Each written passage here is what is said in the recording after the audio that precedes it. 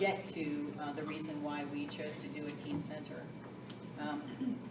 Monroe County has 6,300 teens, and which makes up a very large generational cohort, and they are developmentally different from adults and from children, and we felt like we were missing them. And we do children's programming excellently. We have kids in there, as I said, we have 53,000 families that came to our Learn Play Space last year. We know we get them. We know we do it well. We have raving comments on our children's programs. And we have a lot of adults who come to the library, but we were missing that piece in between. And the reality of that is that there are many ways in which we lose people over the long term. Sometimes we never get them back. And so they lose track of all of those programming things and or services that we offer to everyone. Even though adults often feel that the library is a great contribution to the community, they don't always take advantage of it. So we wanted to ensure that we were keeping teens and that we were approaching them in a pedagogical way that was appropriate, because they're learning differently than what the children are and what adults may or have. So we needed a new approach to both our space and our programming to make those changes happen. And we had groups of library staff and our library board, in fact, who were very interested in this, visit several libraries with digital creativity initiatives in our teen spaces. And I'm going to give you some examples of some of those spaces. Much of this you can see online as well. But a couple of them have been real leaders in the development of those spaces. And one of them is called U Media, which is at the Chicago Public Library. And they had an IMLS grant.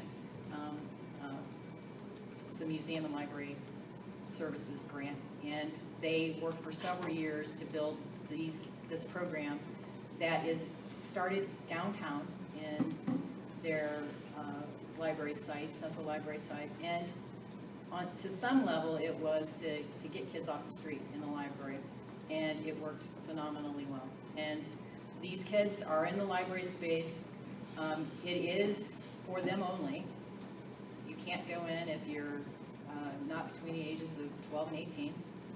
And they have not only a small book collection and magazines, but they have digital technology. They have large screen monitors. They have an art center. They have a studio, a sound studio. They have an area where you can play games, both video and or board games. They have places where you can just sit and hang out. They have been the model for many of the teen spaces that have followed, because it has been such a success. Our team from Monroe County also visited Blue Island Public Library, Skokie, Illinois Public Library, Gail Borden, which is in Elgin, Illinois, and other Illinois public libraries, all who had some version of this digital creativity space.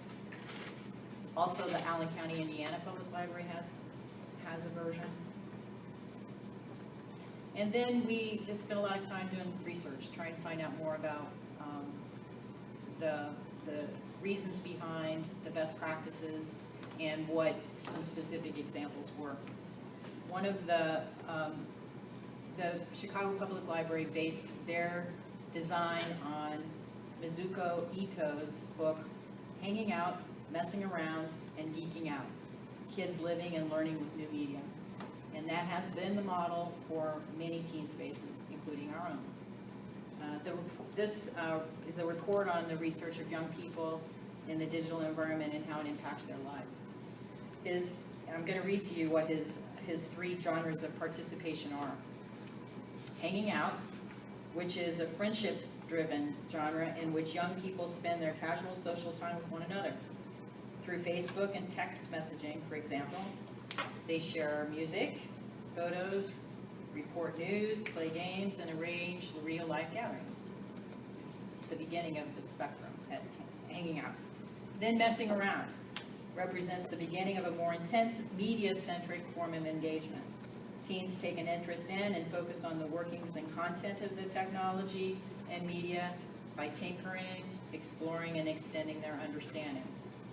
For example, they search for online information, experiment and play with digital and video cameras, and music and photo editing software. In this genre, young people move between friendship-driven and more intense-driven forms of participation. And then finally, there's geeking out, which involves more expertise-centered forms of participation and involves intensive and frequent use of new and, at times, relatively obscure media.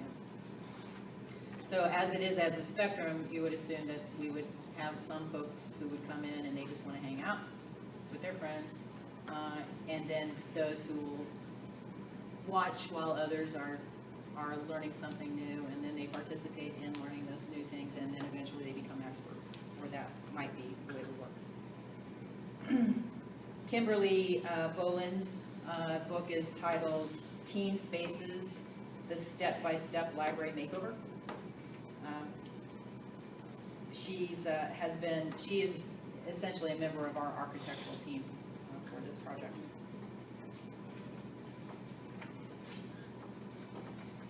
Some of the things that we learned as we moved through this process, when we were holding the focus group with teens,